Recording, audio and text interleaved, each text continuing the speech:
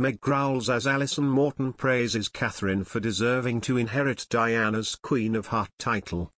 The Princess of Wales has commissioned her first NHS scientific study, designed to support the emotional development of babies.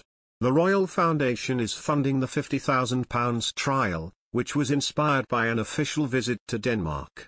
Witnessing Catherine's devoting actions, Alison Morton, Chief Executive of the IHV, has praised the Princess of Wales for deserving to inherit the Queen of Heart title from her mother-in-law Lady Diana.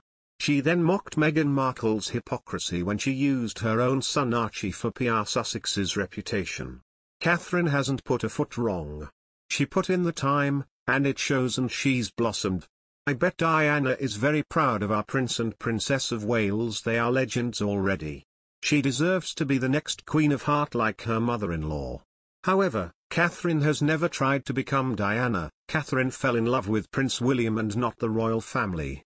William was nurtured by his grandparents how to perform in public and official ceremonies and how to maintain a private life away from cameras. Catherine monitors pics of her family for safety. It's wonderful that Prince William met Catherine and is a happy man with 3 beautiful children. I believe she has a huge contribution to his healing from the tragedy of his mum's death. When Meghan started dating Harry, this miserable one started selling pictures and videos, and saying she was obsessed with Princess Diana. I bet she is not even cool with Trevor anymore, low-key. It just seems when Meghan started to date Harry, everyone in her circle went mad. Meghan utilized her own son Archie to enhance the standing of Sussex and Archewell. She wasn't invited, and neither was the Ginger Prince, so I'm certain that this is part of her scheme to overshadow the king's birthday.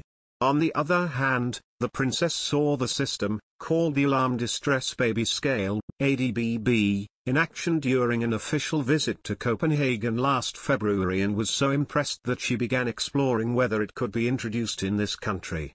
The pilot scheme will run until December at South Warwickshire NHS Foundation Trust and Humber Teaching NHS Foundation Trust, each of which was chosen because it has high volumes of face-to-face health visitor appointments and provides a variety of health visitor services. The study, run in partnership with the Institute of Health Visiting, IHV, and the University of Oxford, is the first to be commissioned by the Royal Foundation's Centre for Early Childhood. Alison Morton also said it built on health visitors' existing skills and offered a more systematic way of observing babies' behavior to help identify how to better support families. She said, "People know that babies communicate through crying, but they also communicate in so many other ways through their behavior.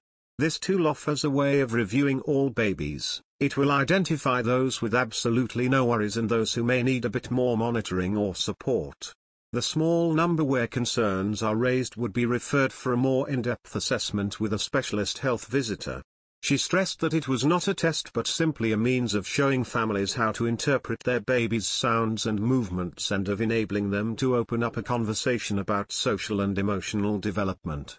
The ADBB tool is used by health visitors in Denmark and many other countries to assess how babies are interacting with the world around them. It measures social behavior such as eye contact, facial expressions, vocalization and activity levels to help understand how babies are expressing their feelings, whilst also supporting parents and carers with bonding and attachment. During an official visit to Denmark last February, the princess met Mette Skovgaard Wever, professor of clinical child psychology and early intervention at the University of Copenhagen, and 3 health visitors who told her about the ADBB tool that is used nationally to help identify infants at risk of adverse social and emotional development.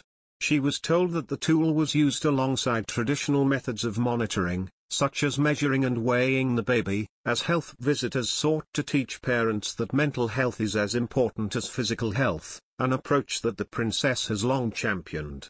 The princess asked at the time if the experts felt parents understood the importance of social and emotional development. She told the group she was fascinated by how ADBB had enabled them to bridge the gap between science and practice. The princess was enthused by the high quality of training provided to health visitors using the scheme, particularly as it focused as much on the way it was communicated to parents as the assessment itself, and questioned why it was not used in England. In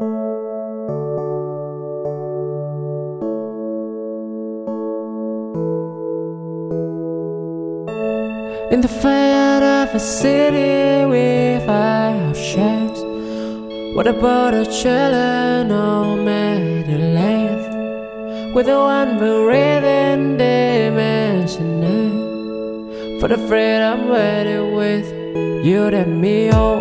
With a ride up on the side, oh, we deserve us a kind. In the fire, oh, we know we live in your eyes. Together it's all about beyond every border. For the freedom and the flame, for the ears, I'll be oh, we there, oh, the shadow, yeah. Whoa, I'll tell us all to be alright, yeah. Whoa, we there, the shadow, right, and the break, yeah. You and over water in your eyes. Thought I'd try a storm in the freeway, riding out our destinies in the day. With the realize more we can't fear for the freedom shift far soaring up there with the reading. I'm modified with the really stick. I'm modified with a ride up. Meg Growls as Alison Morton praises Catherine for deserving to inherit Diana's Queen of Heart title. The Princess of Wales has commissioned her first NHS scientific study, designed to support the emotional development of babies. The Royal Foundation is funding the £50,000 trial, which was inspired by an official visit to Denmark. Witnessing Catherine's devoting actions, Alison Morton, chief executive of the IHV, has praised the Princess of Wales